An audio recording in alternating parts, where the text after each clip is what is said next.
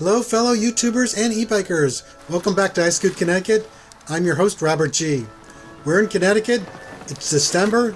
It's cold outside, but we're still doing e-bike stuff. So let's unbox a Nakto folding ox e-bike. We have two straps and some tape to undo, but everything seems secure and the box appears to have been undamaged.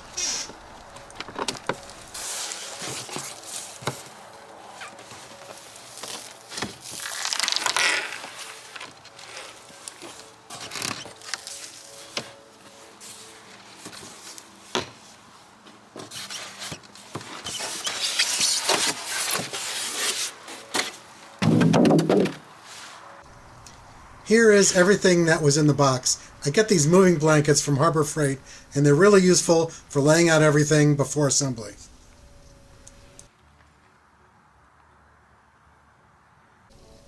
The front tire, the seat post and saddle, the owner's and assembly manual. Here's a shot of the charger, but you can also see the pedals, the tool bag, the plastic fender, and also the saddle, which we saw in the previous shot. The 48 volt 12 amp hour battery. And of course, here is the rest of the bicycle. Okay, now we're in trouble. It's snowing.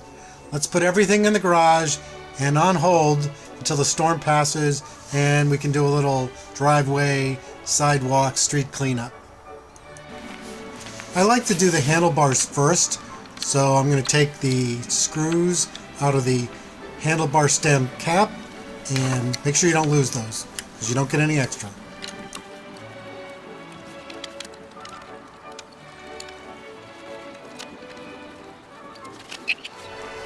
Now just do the opposite to get the handlebars on. Be careful putting the bolts in. They need to be tight, but you do not want to strip the threads. I'm not worried about getting everything straight at this point. I'll go back later and adjust the handlebars to where I want them. Also, I started off using a T-handled hex wrench, but realized there was not enough clearance, so I switched to the Allen wrench supplied with the bike to finish it off.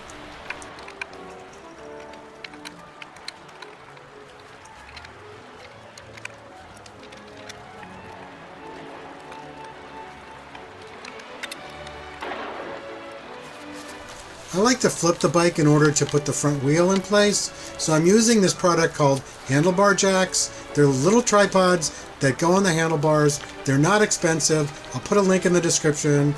You'll love them. You'll need them, even if you only use them a couple times. Here's what the bike looks like flipped with the handlebar jacks in place. Once the bike is flipped, it is really easy to put on the front tire. Nakto ships the front brake loose, so you need to guide it around the brake rotor. You'll also need to adjust the front brake when you're all done. The instructions for that are in the manual, and it's really easy. With the wheel in place, just secure the hook washer and the bolt on both sides.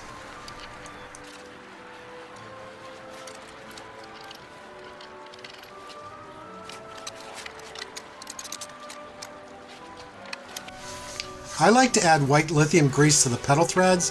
When installing bicycle pedals, remember that the left and right pedals are different. Do not mix them up. The left pedal is reverse threaded.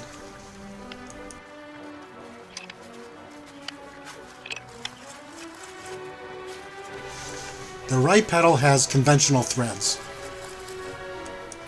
The front fender and headlight are held on with 3 bolts. In hindsight, it would have been easier to install these components when I had the bike flipped over.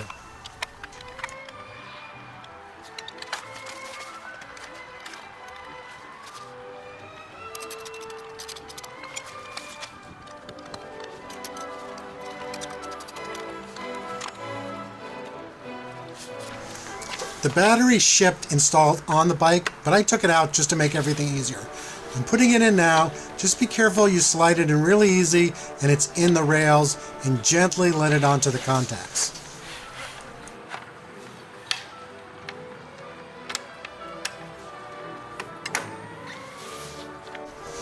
With the battery back in the bike, we can power it up and see that everything works, including this nice little headlight.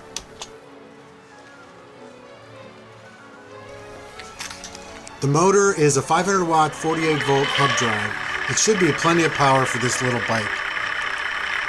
The brakes are Zoom mechanical disc brakes.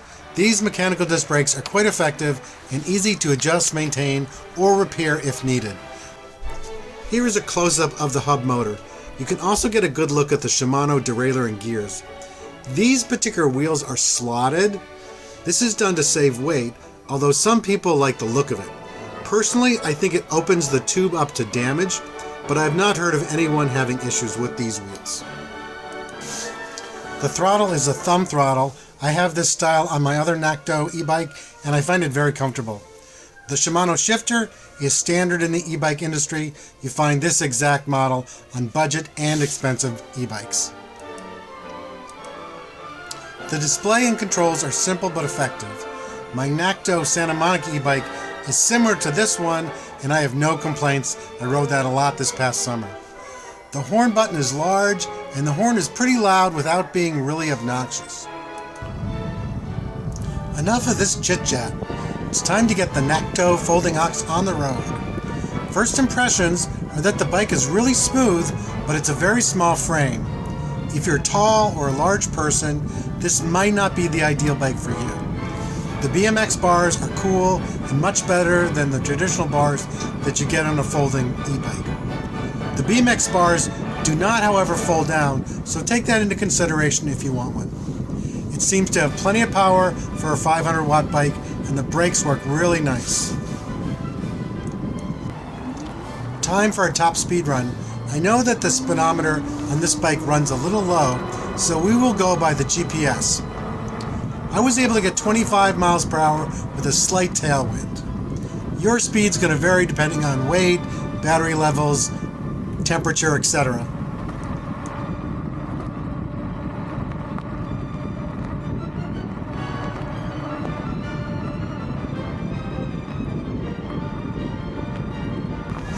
Here I am braking from 25 miles per hour to a dead stop. No issues at all. It is quite hilly in Connecticut, so I always like to test the hill climbing capability of any e-bike. I don't expect a lot from this 500 watt motor, but we will give it a running start and give it a try. This is over 2 minutes long, so I'm going to speed up the video.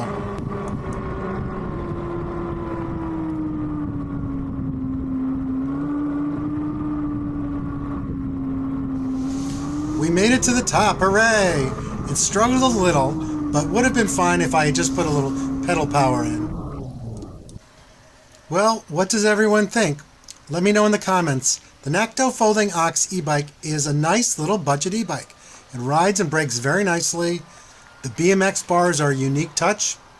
The only real negative I can see is that the size and style of the bars might not fit taller or bigger riders. I'd love to see a bigger battery on the next version of the Folding Ox. I just checked out the Nakto website and the Ox is on sale right now for $739. It used to sell for over $1,000, so this is a pretty good price for this bike. Please like this video and subscribe to my channel. I wanted to get this video out quickly in case anyone was thinking about getting the Nakto for a holiday gift. But I'll keep riding over the winter and we'll have more Ox content soon.